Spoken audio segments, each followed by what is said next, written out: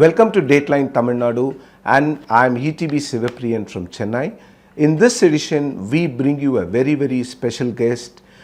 He has been a top banker, is a fourth generation politician from an illustrious family in Madurai, which is known as the culture capital of Tamil Nadu. So it's none other than Mr. PTR Palanivel Thiaga Rajan, the IT Minister of Tamil Nadu, who also held the finance portfolio for the first 2 years.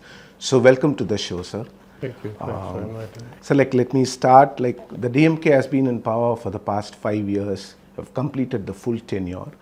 So how do you rate this government? Because in the first 2 years when you were the finance minister, there have been a lot of reforms, both on the financial sector and also on the human resources sector. So you've been minister for both. So how do you rate the overall performance of this government, because the tenure has come to an end now? Yeah, I think always you have to look at where you start and where you end. So in some sense, because of two variables. The first variable, we had not been in office for 10 years in a row. It's very rare in Tamil Nadu, as you know. But more importantly, I think the fiscal situation of Tamil Nadu, which had been continuously improving from the pioneering 2003-2004 reforms, till Ms. Jayalalitha was convicted and sent to imprisonment the first time. After that, things deteriorated quite rapidly, and they culminated with the COVID pandemic in 2021, just as we were coming to office. So relatively speaking, we inherited a very difficult situation. We were coming out of the first wave of the pandemic. In fact, we took office at the peak of the second wave, and then we faced the third wave. Also, we had a pretty difficult fiscal situation. So I would say the first 2 years were a period of consolidation and reform. Of course, all credit goes to the Chief Minister, because as you know, in politics, political will is the driver of anything. Even if, I'd like to say we have administrative skill, it is not effective unless you have the political will. So the 2 years were clearly a period of massive recalibration, restructuring, in every way, from economic advisory committee to litigation management to audit reform to indexation for inflation to the 6th State Finance Commission report. There was so much change. I mean, every department almost, we issued new guidelines, new GOs. For example, even in the Tender Transparency Act, which the Finance Department is in charge of, we went to 100% e-tenders. No, so you were the first state finance minister to bring in an economic advisory council to the chief minister, bringing in Nobel laureates and top economists like Raghram Rajan and even Arvind Singh. Yeah, and that was just the beginning of reform. As I repeat again that we did so much change in so many aspects, in almost every department. A lot of the debt was being taken in off-balance sheet ways in the public sector enterprises. Those are also effectively under the control of the Finance Department, because the Finance Department has something called the BP, Bureau of Public Sector Enterprises, which oversees the PSUs and PSEs. And those were, for example, TNEB had accumulated almost 1 lakh crore in debt when we took office. So we were a bit stunned to see that these entities, that because they had independent boards, were making decisions, including, for example, the universities. The universities were hiring in such a rate that the salary and pension costs were going really out of control. So what helped me a lot, I think, was 5 years in opposition. I was in the Public Accounts Committee and read all the audit reports. Plus, as we had committed, I authored, at least my name is on the book, but with the help of many, a white paper on the state's finances. So those showed some stark problems. And so I think the first 2 years were really about correcting many years of inertia-led kind of stagnation and decline, and creating a platform to enable growth and so forth. The next 3 years have been kind of harvesting or expanding the reach of the state. I can talk more about my department because I'm in IT. I would say we have collated more information than almost any other state. We have integrated databases, we have automated processes, we have moved everything online. We went from under 8,000 to over 33,000 e-Seva centers. We moved more and more services, hundreds of services online. removing friction cost. FiberNet. FiberNet. FiberNet. No, now we have WhatsApp-based governance where you can go. So the core of it is that our databases are so good that we can have some comfort in straight-through processing without human touch in a lot of cases. And a lot of our benefit schemes have now moved to direct benefit online, including the Urimai Thogai, which, as you know, when the Chief Minister made the decision to prepay for 3 months because the model code and so forth, plus the 2,000, we were able to execute that transaction in a few hours. 6,000 odd crores, direct bank transfers, a few hours. People came to know only after they received the messages. Yeah. Right? So faster than information was traveling, we were executing because our databases and our payment engines are so strong. I think every finance minister faces some kind of a pressure from his colleagues, from everywhere, because like there are demands for finances and so on. So could you please elaborate on the political fallout? How did the Chief Minister protect you our from senior cabinet colleague Anand Duraimurugan, who's Avai Munnavar, also the leader of the House, he explained it beautifully. He said, the job of the finance minister is to say no. Right? I mean, the way we have structured, it depends in different places. In Delhi, in the union government, the finance minister is responsible for both revenue and expenses. But if you take the state setup, because of the old British legacy, actually what is called the revenue minister is not doing any revenue. They're doing land administration and district administration. And then it is the commercial tax minister and other kind of people who are managing the revenue of the state. So the finance minister's job here for the most part is to manage the expenditure. Of course, through indirect processes, because you also have BPE, because you have a lot of other control, you can also improve or streamline the revenue management or legislate where the revenue should come from. Limited way, because GST has taken over a lot of the power. But in some other sense, our senior minister told us it's a very thankless job, because the job of the finance minister is say no. There'll be always 100 demands for every rupee left. So in that sense, I didn't ask for the portfolio when we got elected. I put my hand up and said, if you deem me fit for a ministry, I would like to be Minister for HR and CE, because my father before me had sat briefly in the chair. My grandfather had been one of the earliest people to hold the portfolio under Dayaki in 1930. And my great-granduncle had been the vice president of the Justice Party at inception, had been one of the drivers for the original legislation where the Madras presidency nationalized the king's temples and all the cultural artifacts. So that was my ask. So, it's this thing. But I'll give you a little nuanced explanation. So in most governments, the finance minister is usually the second most senior person in the party. And I didn't quite understand it till, of course, he's retired now, so I can say his name. Thiru Irayanbu, who was the chief secretary. He explained to me, he said, in the way our democracy works, both the finance minister should be a very, very senior person in the party, and the finance secretary should be a very, very senior IAS officer. Because the job of finance is to withstand pressure and do the right thing. And therefore, in politics, the seniority in the party is the basis for you to manage the political pressure. And in the bureaucracy, your seniority in the hierarchy is the basis to manage pressure from your colleagues. If you take a very junior officer as finance secretary, the seniority effect will be difficult. So from that perspective, it was quite a bold and dramatic choice by our chief minister to give me the post. Now, I would say I brought two strengths to the table. I don't want to take people's name in vain, but some very, very senior people in Delhi, both politically and bureaucratically, pointed out to me that I was quite exceptionally qualified to be a finance minister, given my MBA in finance from MIT and my many years of banking experience, both investment banking and commercial global banking. But actually, political will is the driver of everything. So if you have the political will, then the administrative skill matters. Without the political will, it doesn't matter what the administrative skill is, you can't execute anything. So in that sense, I would say in finance, it is a very unique seat. As long as you have the backing of the chief minister, then you can achieve the limit of your capacity or talent or potential. Without that, you cannot.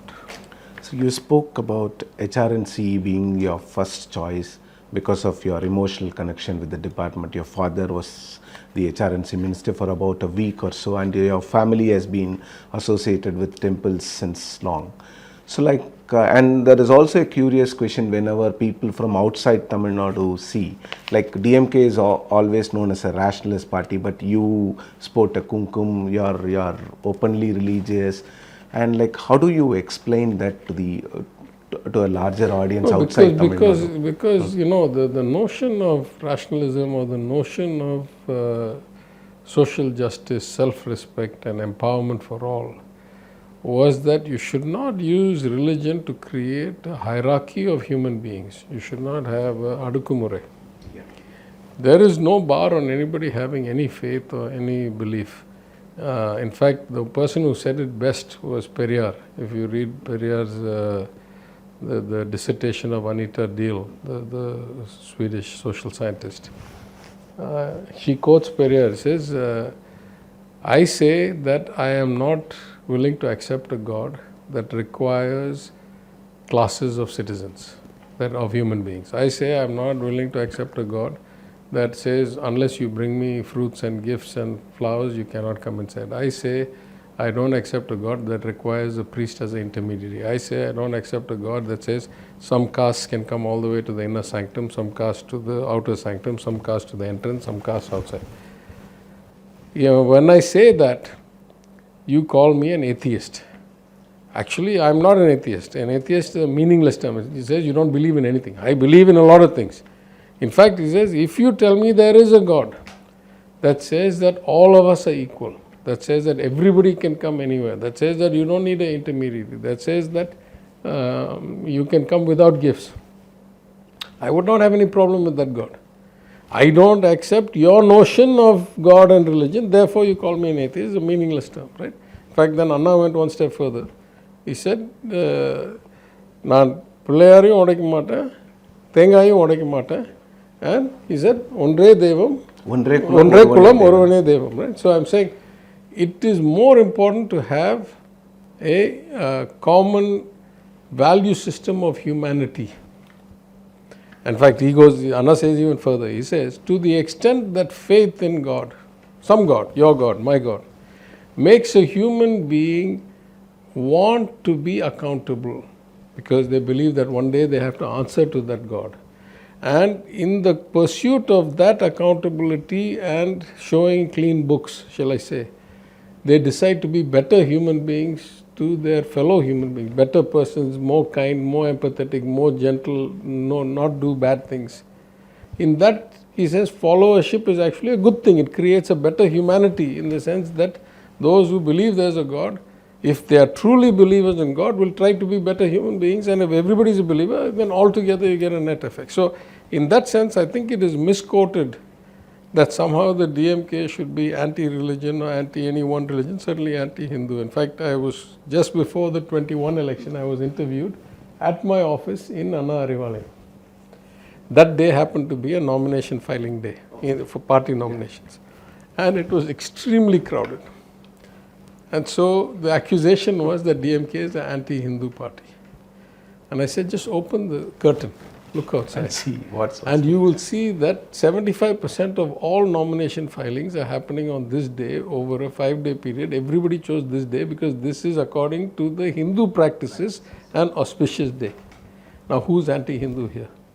Right? So, in that sense, I'm saying, in my case, it is a bit unique because my family has been associated at least with the Madurai Meenakshi Amman temple for 500 years or so. Sabarimala temple. Yeah, but I'm saying 500 years Madurai Meenakshi Amman temple. Then my grandfather did for many other temples, Sabarimala, Tiruvadur, Tenkasi, Kasi Viswanathar, Vadapalani, maybe 20, 30 temples, Palani, that we know of. And then we're finding culverts in all kinds of places, as I go around. So we have always had our own way of practicing, but I must also point out that we are the people who come from a village in the Kambam Valley, native village, where there is a significant proportion of Muslims, where when there was the opportunity to open a college, we gave part of the land, but Haji Katrautar we encouraged to run the college so that he would attract more minorities. into the system. So Haji Katrautar College, where our former Chief Minister, now my party colleague through O. Pannirselvam studied. So we are practicing, and we have always been at the forefront of good relations. My grandfather led the memorial service for Mother Rose Benedicta, the French missionary who founded Fatima College and other kinds of schools, St. Joseph, St. Mary's in Madurai. So that, I think, is the notion. The practice of your religion is enhanced by your tolerance and your compassion and your humanity towards all, irrespective of their religion. That is the nature, I think, of the true kind of model for me. So let me come to the elections now. The Chief Minister, Mr. M.K. Stalin, has projected this 2026 election as one between Tamil Nadu and NDA, which could also be as Tamil Nadu versus New Delhi. That is how he projects it. So do you think it is justified? One. The second thing is, where do you think injustice is being rendered to Tamil Nadu in terms of pushing or imposing the three-language policy, imposing Hindi, or in the devolution of funds? Where is the injustice being rendered to a state like Tamil Nadu? Yeah, I think the second is the more primary question, because if there is no injustice, then there is no concern about whether the fight is with Chennai or Delhi. I think it is beyond a doubt that historically, all parties who have had the luxury of single party rule or majority in Delhi, particularly for any length of time, and have been able to get power in a bunch of states, particularly the more populous Hindi belt states, have had this tendency to become autocratic. This was true of the Congress, you remember, all the way to the invocation of the emergency. And it is true in spades for the BJP. So I think the biggest issue is that government now in its third term in Delhi has started acting as if the mandate is for them to be rulers rather than elected people. They legislate willy-nilly, almost no bills go to the committees. They bring the agenda overnight and enact it tomorrow. They trod on states' rights by legislating into state subjects like cooperation. They withhold funds extra constitutionally, extra statutorily, because once it's in the appropriation bill, you can't put additional conditions on top of that. They use the governors to thwart the intent of the elected legislature and government. There's like 50 ways. I think there is no reasonable person of basic understanding in this country who can argue that there has not been an increasingly authoritarian dictatorial turn in Delhi from the beginning of 2014 government till today. In every way, as I said, I've just given you so many examples. Interfering in the functioning of universities, trying to change the bill so that they get to set the agenda, bringing in national exams and forcing them down our throat. New third national education policy, not even legislated in parliament, being forced as the benchmark on why you have to adhere, etc. So it is beyond any reasonable human being's argument that there is a tendency to create a new emperor and an empire out of Delhi, right? I think that's not. They say it themselves. It's one thing if we make the accusation. Okay. They say they want double engine Sarkar, double engine Sarkar. Yeah. What does double engine Sarkar mean? It says that unless you elect my party in your state, I will treat you as a stepmotherly kind of second order state, second class state. And they have shown that they do it continuously financially, right? Like it is beyond any discussion. I've made this point before. I'll just make it quickly. Between 2014 and 2024, the ratio of the total payout from Delhi to Uttar Pradesh compared to the payout from Delhi to Tamil Nadu. In 2014, if Tamil Nadu got 1 rupee, Delhi UP got 290. Okay. In 2024, if Tamil Nadu got 1 rupee, UP got 4 rupees 30 paise, right? Which means that extra 1 rupee 40 paise for every 1 rupee ratio, that extra 140% equates to 1 lakh crores a year. If that's not stepmotherly to Tamil Nadu, what is? So our payments of our tax dues which are coming back to us get smaller and smaller proportion, and then they keep sending it to those states where they have a government in power. In light of all of this, of course the Chief Minister says that their intent is not to give you your free choice and your free voice. They want to suppress you. They are the homogenizers. They want one country, one language, one country, one tax, one country, one election, one nation, one X, one nation, one Y, one nation, one clothing tomorrow, right? And therefore, the Chief Minister says, this is about you fighting to retain self-governance and some measure of autonomy for your state and identity for our culture.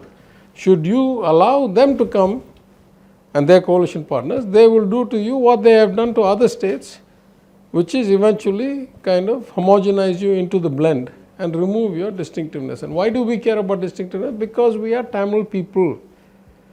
We want to retain our language, our culture, our way of life. We want to retain the communal harmony that is manifest here, that is clearly missing in the BJP ruled so-called double-engine states. We want to keep the double-digit growth that we are seeing in Tamil Nadu that no double-engine state has been able to achieve. We want to keep the per capita income here that they have not been able to achieve. So we want our way of life, our language, our culture, the legacy of our forefathers to be preserved. So you are saying that double engine is not needed, a single engine is enough for Tamil Nadu? Because the double engines are not producing what the single engine is producing. That is the double engines with all the favoritism, plus all the money, plus all the conducive governors, plus all of the support is not producing what the single engine is producing. Let's take Gujarat and Tamil Nadu. Gujarat has benefited from double engine like no other state. Yeah, exactly. The per capita income and the economic activity, the capex, everything has grown phenomenally well. But where are the people? The school graduate ratio is like half of Tamil Nadu's. The doctor to patient ratio is less than half of Tamil Nadu's.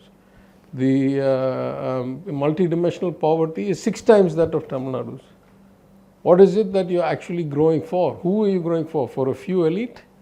Right? We don't want that model. We very much prefer, at least me personally and my voters, I hope, which they have shown time and time again, much prefer our way, our engine, our autonomy, even at the cost of being treated unfairly, illegally, unconstitutionally by the union government in Delhi. The current elections are being held at a time when the world is engulfed with the West Asia crisis. So the Modi government has maintained that it has been successful in maintaining its supplies of LPG and other things. So do you agree with this stand or do you differ, saying that? Look, I don't want to talk where I'm not fully informed. So I'll make some cursory remarks. I can't talk about this in depth. It's not in my portfolio. I used to be in the financial markets, but I have now got different focus, so I don't track them that much.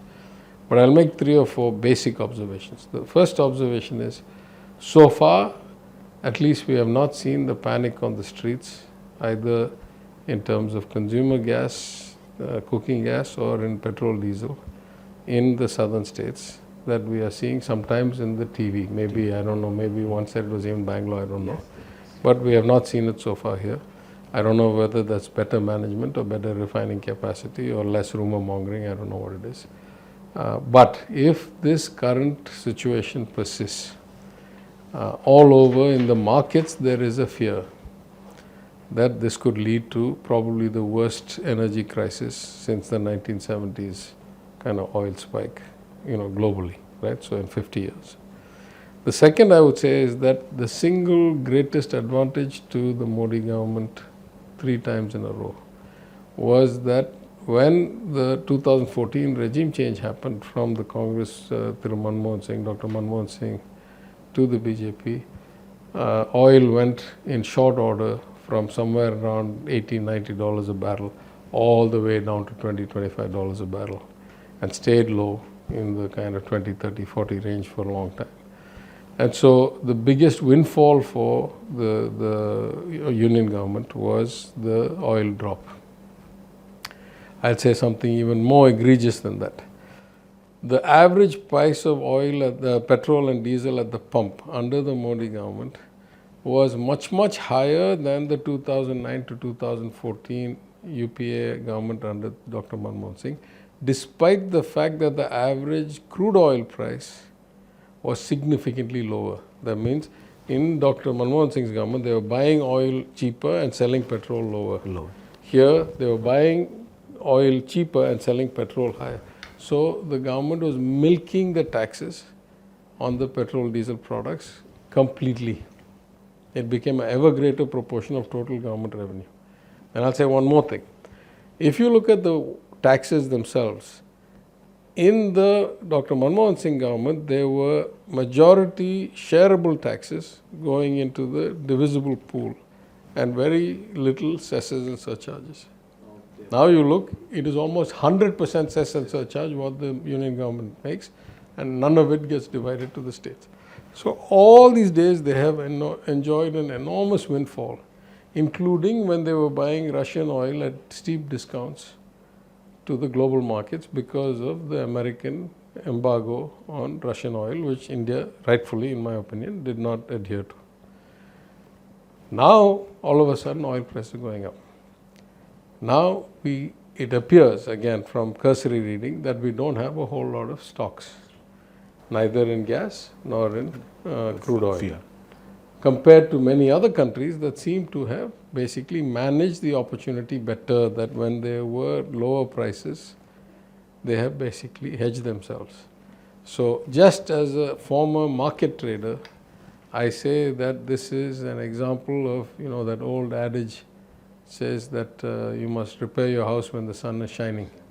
So when oil prices and gas prices were down and when supply was plentiful, there was not enough hedging and planning for the future done, is what on the surface it looks like. I was shocked to find that 60%, up from about 40%, 60% of our LPG consumption is imported. I didn't know that. If that was the case, then you should have started to build up reserves. Out of the 60%, 90% comes from the Middle East. Exactly. So then you should have started to build up reserves, would be my point. But again, hindsight is 20/20. I don't want to do like a Monday morning quarterback. But as a markets guy, I would say risk management and supply chain management is the primary responsibility. I've said it a different way.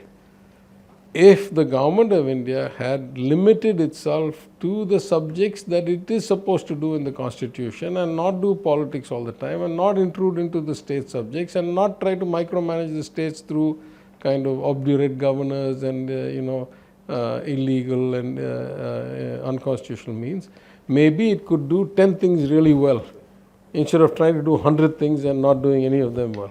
Right? In 2025, when the central government actually gave away 10,000 rupees cash direct benefit transfer to women in Bihar, the DMK did oppose it.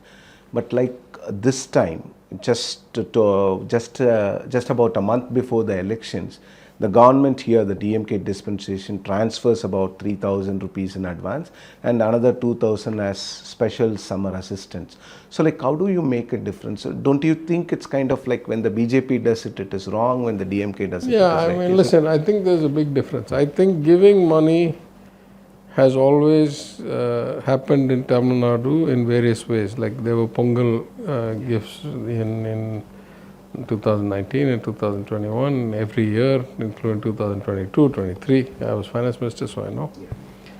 And so, depending on the situation, giving cash benefits to families is a tradition anyway. The difference between Tamil Nadu and Bihar is a unique case, because Bihar, the union government stepped in as if it was some special case and did it, which is again like a bit violative, not bit, egregiously violative of the constitution to give special rights to Bihar just because you feel like you have an election there.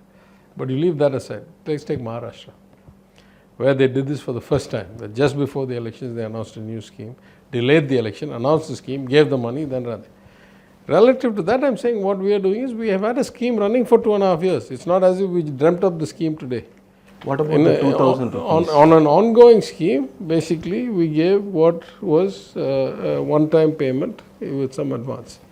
Now again, I say that this is not new to pre-election. What happened when we came to office in 2021? You remember or not? Yeah. We gave 4,000 rupees for families, yes, right? For all so the for families, per ration card, we gave 2,000 in one tranche and 2,000 in a second tranche.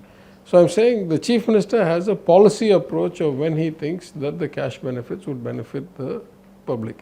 In fact, I'll go like into a little more complex situation, which I don't know if you were going to ask me, but I'll ask you. But I'll tell you. What does 11.19% real growth imply? Where do you think that growth comes from? It comes from the people. No. What I'm saying is the economy is growing. Yeah. That growth cannot be attributed merely to one company or 10 deals or one promotional policy, right? You understand the economy of like $400 billion growing by 11% real, which means including inflation, like 16%, is growing at a notional rate then of like $50 to $60 billion in a year.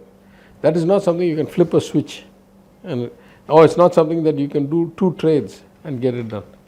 In fact, if you really think about it as 3 segments, one segment is private consumption, one segment is MSME industrial kind of output, commercial output, and then one is kind of large company output. The biggest drivers of this growth are actually the first and second, that is MSME consumption. Per capita incomes are rising, so consumption is a big part of our economy, and as that grows up, you drive growth. Second, by far the highest employment comes in MSME. So if you see 11.19% real growth, 16% notional growth, of course some of that is that the Apple iPhone production has gone up a lot, that the trade away from China has come, that electronics assembly has gone up a lot, that footwear has gone up a lot, that specialty textiles has gone up a lot. But it cannot be the equal of these 2. First point. Second point, let us assume we are talking about Cisco and Foxconn. Let us say today I sign a deal. When will the effects of the signature show up in my GDP? 2 to 3 years. 2 to 3 years? I have to build a factory, I have to build the hostels, start production. I have to get the machines. So if 11.19% was the growth last year, that reflects the activities of 2 to 3 years before that. From 21 yeah. or even 20. Well, at some point, I'm saying some of it is a bounce from COVID, whatever. My point is that there's a gestation period for capex, right? So in theory, if we have continued to do amazing amounts of work in industrial activity in the last 2-3 years, that has not yet shown up. True. That will show up in the next 2-3 years, correct? What we have seen so far is the work of 2-3 years before that. So I'm saying that we are actually on a path that started with the recovery of post-COVID, after we got over COVID, phase 2, phase 3, plus the capex, plus the schemes, plus the free bus, plus the Magali Rurumetha, plus all of that. All that is driving consumption. Then MSME, then industrial, then we're getting all these 3 together.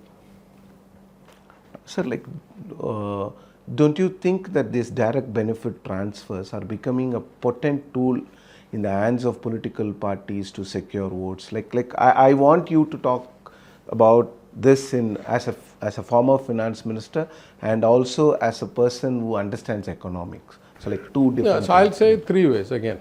The first way I'll say, at least we have always been, all Dravidian parties, particularly DMK, have always been those who have tried to do such welfare schemes. True. It is in our DNA, it is in our history, it is in our practice. This Prime Minister of the NDA was the one who 3-4 years ago was arguing and had somebody go all the way to the Supreme Court saying, Revdi culture, right? Now all of a sudden they are giving away money faster than we can hope to give away money. So what is the value system here? First question. First point I'm making. Second point I'm making is, of course, there are all kinds of welfare schemes. Some are accretive, some are dilutive, some are investments, some are insurance risk management. There are many kinds of schemes. I can argue which is better, which is worse, etc. A different story. I have argued multiple times in debates for half an hour, 1 hour. There's many ways to look at it. From a just purely economic standpoint, I'm not talking about politics. But at some level, the most important point is that, particularly for states like Tamil Nadu, we are completely hemmed in by the government of India in terms of our fiscal management, because they use that Article 293, subsection B or whatever, to make sure that we cannot borrow 1 rupee more than the limit they gave us. Even though our FRA Act can be amended by our legislature, They have imposed a condition on us which is superseding our own legislative intent. It's not in the constitution that they can control our borrowing, except for this loophole that says that if I owe them money, it's a long complicated story, it doesn't matter. No other government has enforced that loophole before. But now I'm saying it is not limitless that you can keep giving away money, correct? Yeah. You have borrowing limits. So it is a balance always. Why do you give away money? Why should you give away money? Only two reasons. One, to protect the weak, the bottom of the pyramid, and give them a decent, dignified quality of life. That is the day job of the government. So even this Chief Justice, who is now the new Chief Justice after former Chief Justice Ramana, has opined into this matter. He makes the point that only if you give everybody, I consider it a freebie. Otherwise, if you give targeted, I say that's his one person's opinion. It's not got the weight of some special judicial ruling. It's one person's opinion. My point is that is clearly, by everybody's agreement, a job of the state to protect the weakest and the most left behind. No problem. I would say, Anna said it best. He said, equity does not mean equal payment. You must give the poor people so that they improve. Why should you give, my family is well-to-do. Why should I get any payment from the state? The ability to tell who is the real skill here. And that's why I say our databases are so good. That we have got so much better information now than we had 5 years ago. In so many programs it has helped us so much, tremendously. Like the jewel loan waiver. Agricultural loans taken with pledging jewels waiver that we had given as a portfolio commitment, a campaign commitment in 2021. By applying technology and doing all the right things in computerization and proper audit and swapping and all these things, we basically brought that bill down hugely because there's so much wrong, the abuse of the system had happened. The same way, I would say, for the first time, and I must give credit to the Honorable Union Finance Minister, for the first time to any state, when I was Finance Minister, I went and worked with her, then Finance Secretary T.V. Somnathan, then Revenue Secretary Tarun Bajaj, then CBDT Chairman Nitin Gupta, and we signed an MOU with the government. We got the Income Tax Department's data to help us identify who should be beneficiaries and who are actually relatively well-to-do. That link was established for the first time for any state. So that enhances our ability to predict and pick better than without it. So you spoke about Tamil Nadu being a welfare state for a very long time. And also we have had pioneer schemes like midday meal schemes. Now you have free breakfast scheme, which was actually implemented when you were the finance minister and you had discussed it with your economic advisory council and so on. So from there to free laptops to children to free bus passes. But now are we trying to give a lot of money to the people? While giving money, we are also doing all these schemes. So doesn't it put a lot of burden on the exchequers? How do you explain this from midday meal schemes, investment in the future, to the direct benefit transfers of cash dole-outs to women and to others? Look, it's always a fine balance. I'll refer you to my old answer where I say part of the job is, as long as you're doing it targeted, part of the job of government is to uplift the bottommost, right? When it's universal, it's a bit harder to justify unless it's thought out for a particular reason. But again, politics is important, right? Without getting elected, we don't form governments. But I would say the nuances are probably kind of very distinct in two ways. One, if you don't have a harmonious, well-fed, well-educated society, you cannot achieve anything else. So whatever it takes to get that, if we look around the world, those states that tend to be high welfare states, Western Europe, Scandinavia, Australia, Canada, Singapore, tend to be also high growth, high economic activity, high per capita income states, right? So there's a close correlation between having healthy, happy, harmonious societies with good public service and public goods and services and getting good outcomes. So it's not like a profoundly bad or wrong thing. Of course, we all have constraints. And it is very clear, the FRA Act, let me cite that as a basis. FRA says you should have zero revenue deficit and no more than 3% fiscal deficit. That means that 100% of your borrowing should be for capex, right? That is an ideal situation. In fact, that would have been the goal I would have worked towards had I continued, and I said so in the assembly, so I'm not saying anything new now.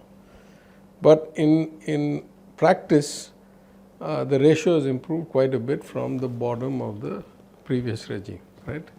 So I would say now we are about maybe 50-50 or so, I don't know. I think in my last budget presentation, revised estimate which I made, it was significantly more capex than revenue deficit. More, the borrowing was much more for capex than for the revenue deficit.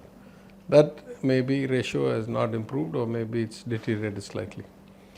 But I think it is a delicate balance, because at the end of the day, there are two true measures of measuring of evaluating progress, right? One is, what is the per capita income and quality of life? It has to be not just quantitative but qualitative, right? And two is, what is the rate of growth? Have you invested? Because rate of growth is the ultimate outcome of doing a lot of things right, like good human capital management, good infrastructure development, good capital investment into commercial enterprises, etc., etc. All of that should reflect. So the outcomes we want is better quality of life in a relatively equitable still society, or even better quality of life for those at the bottom, which means everybody else has gone up, and not too much gap between the bottom and the top.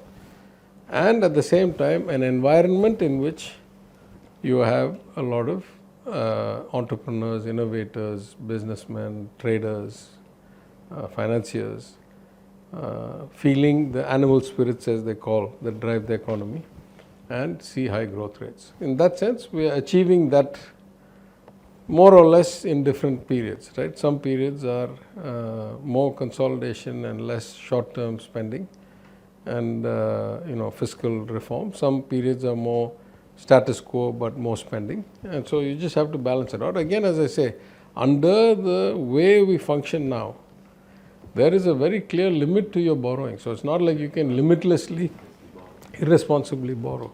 So within that limit, if you act, and within the guidelines for debt to GSDP ratio, there is no guideline for interest revenue, which in my mind is a bigger worry, is how much you pay in interest. But in any event, we are within all the guidelines. So, but you speak about targeted, because the Magalir Urimai Togai and most of the schemes here are targeted under the DMK government now. But if you take the AIADMK manifesto, they promise a refrigerator to every household, to all the ration card holders, which comes about 2.24 crore households in Tamil Nadu. And also you take the newbie politician, Mr. Vijay is also promising universal. So do you think, because the DMK manifesto hasn't come out as we speak, so like, do you think these are manageable? Listen, I don't want to get into he said, she said politics here. I just want to make one point. Let's take the refrigerators, because I think the refrigerator, you have to, each of these things you have to think second order, third order. That's what good administration is. Now think about this. If you have to buy 23 million refrigerators, who's going to make them for you? Will you get them made domestically? No. Not in Tamil Nadu, maybe in India. Most likely, if you want to do it in any reasonable time, you're going to have to get it from abroad. China. No, let's not say abroad, China. Okay. Then you have to worry about the FX implications and all the costs of all of that and what you're going to buy it for. Okay, leave all that. Let's say you're able to get them.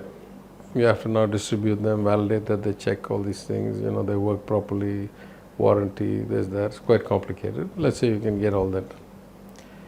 Next, you have a bigger problem. What do these refrigerators draw in terms of energy?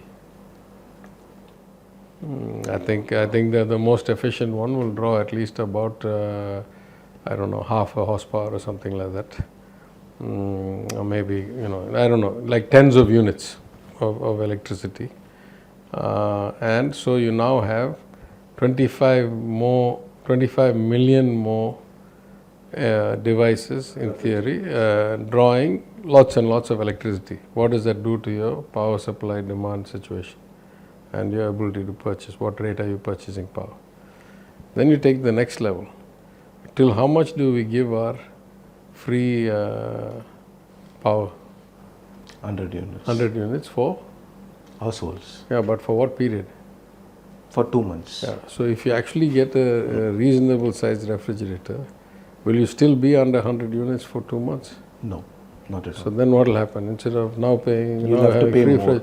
No, also you remember the way the rates are. Yeah. If you're below 100, you're free. Free. If you're going above 100, you got to start paying from the first unit From almost, the first right? unit, yes. So it will start increasing the electricity bills quite significantly. So I think these things are quite complicated. I'll leave it at that. I'll say, for example, I was in the audit committee when they looked at the cow and goat scheme. Right? Remember the free cow and goat scheme? 2011 to 16. Oh, the free cow scheme had 100 problems with it. 100 problems. Right? You want to buy cows. Where will you buy cows from? From the domestic market, meaning from within Tamil Nadu or from outside? From outside. If you do within Tamil Nadu, there's only so many cows and you're cannibalizing the market, or in other words, driving up the price of cows because the government has come as a monopsony buyer into the cow market. So they had to do what they do naturally, they buy it from outside. That gives you other benefits. You're increasing the total cow population, not of India, but of Tamil Nadu relative to other states, and you are increasing the breed diversity. Now the question is, how do you decide how to acquire cows from outside? So I'll give you an audit report, case. The Agri Department takes a bunch of beneficiaries to Andhra Pradesh, to a Mata Sandai, to a cattle market, to help them select the cow, then the government will buy it and bring it. Now, the government has to negotiate, these guys select. But these guys say, I want to see 2-3 days of milking. Which seller is going to let you wait for 2-3 days in Sunday to actually go through? So basically, the practical logistics of this is much easier to say, I give money. Give money. Even the laptop, you have no idea how many rounds of negotiations and how many months we had. It turned out to be a brilliant outcome because it got done by ELCOT. I highly commend ELCOT for its work. We got these laptops. There have been no complaints so far. Not just that, we got laptops for somewhere around 22,000 rupees in our purchase price, that because of the way the market turned out to go, you can't buy those in the market today for 40,000 rupees. That was a spectacularly good outcome because we all focused so dramatically on it and we basically got timing right and everything worked perfectly. But otherwise, giving products broadly is harder than giving money.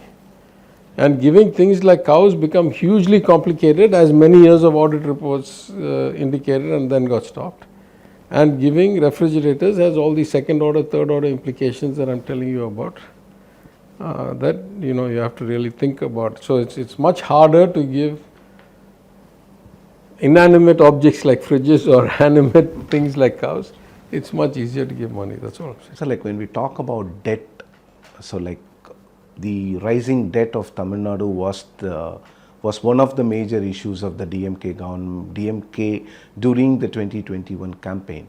But now, if it was 5 lakh crore when they left the government, now it's about 10.5 lakh crore.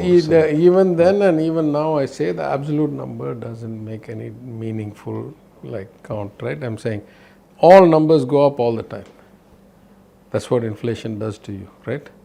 What is the price of milk today? What was it 20 years ago, right? So it is meaningless to talk about the total volume of debt, right? You have to talk about it as a percentage of GSDP. That's the point I keep making. I said it then, I say it now. For example, when the DMK regime left office in 2011, the debt was 1 lakh crore. By 2016, it was 2 point something lakh crore. By 2021, it was 5 lakh something crore. That means you're saying they made it 5 times in 10 years. It's not that. It is because the numbers are going up. So you have to look at debt to GDP, or in this case, debt to GSDP. The two measures are debt to GSDP and interest revenue. Of the two, interest revenue bothers me a lot more because it takes away my current revenues and forces me to borrow to do the things that I politically have to do. In both these measures, the government of Tamil Nadu, the people of Tamil Nadu benefited greatly between the signing of the FRA in 2003 and 2014, Ms. Jayalalitha going to jail.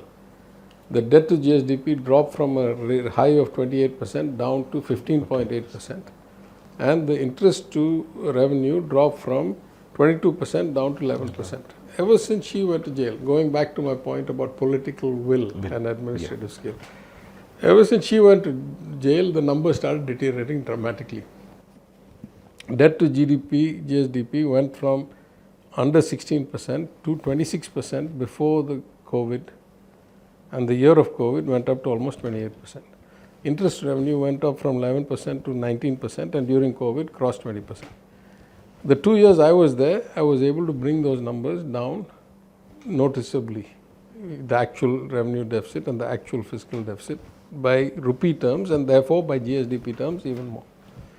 After that, it has not improved a lot. But as I say, there was a period of consolidation. And then a period of expansion. In the expansion, the good news is we have not deteriorated the statistics significantly.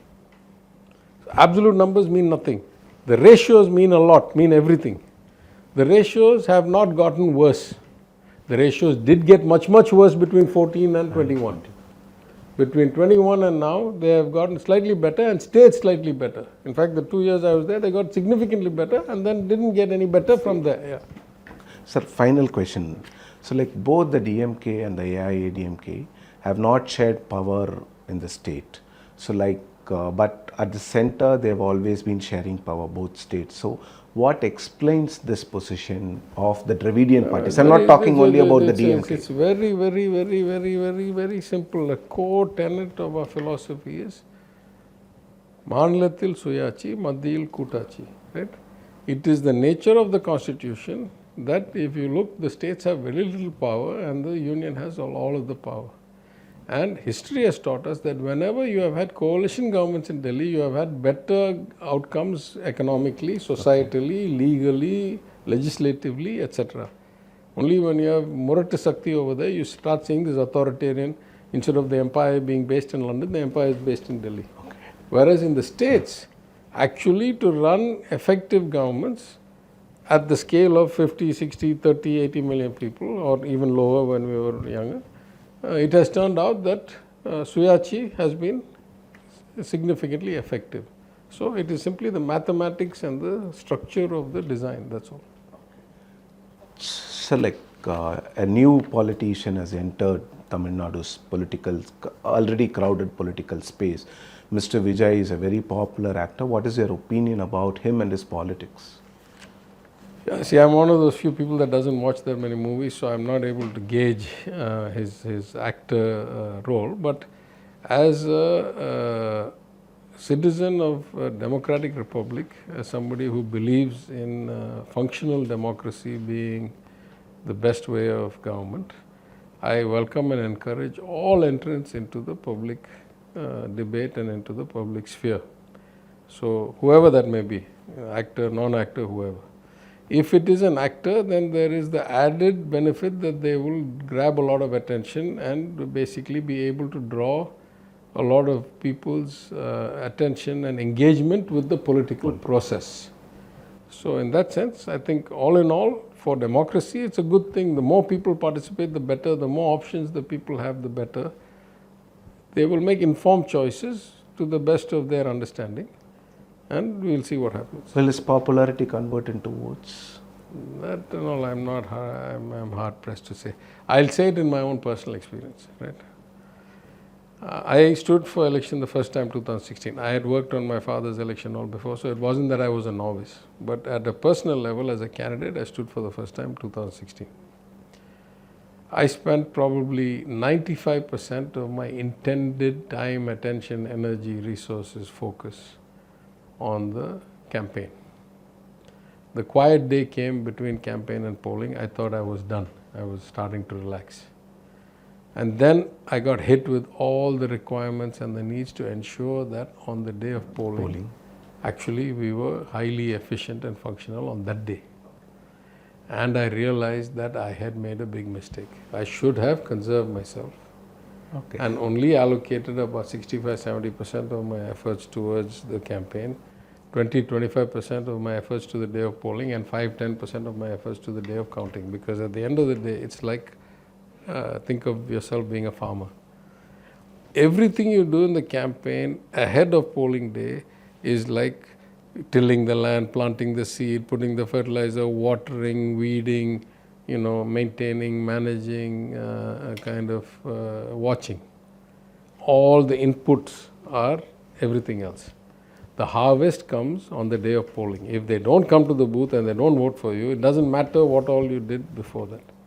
And the redemption of your revenue comes on the day your harvest is sold, which is the day of counting. So it turns out that though the political process is about capturing mind share and getting engaged with people and getting their support and their intent to vote, then there is a huge mechanical process involved that is highly complicated and needs lots and lots of people on the ground. It's just a long haul, basically. It's that process between the end of campaign and getting the certificate of winner is a huge amount of effort, and it is a, knowledge or skill that develops with time. Sir, and also you are, to our viewers, you are one of the very, very few people to openly say that you have never given even a single paisa to anyone to vote for you. And thank you so much for talking to us. Thank you so much, sir. Thank you.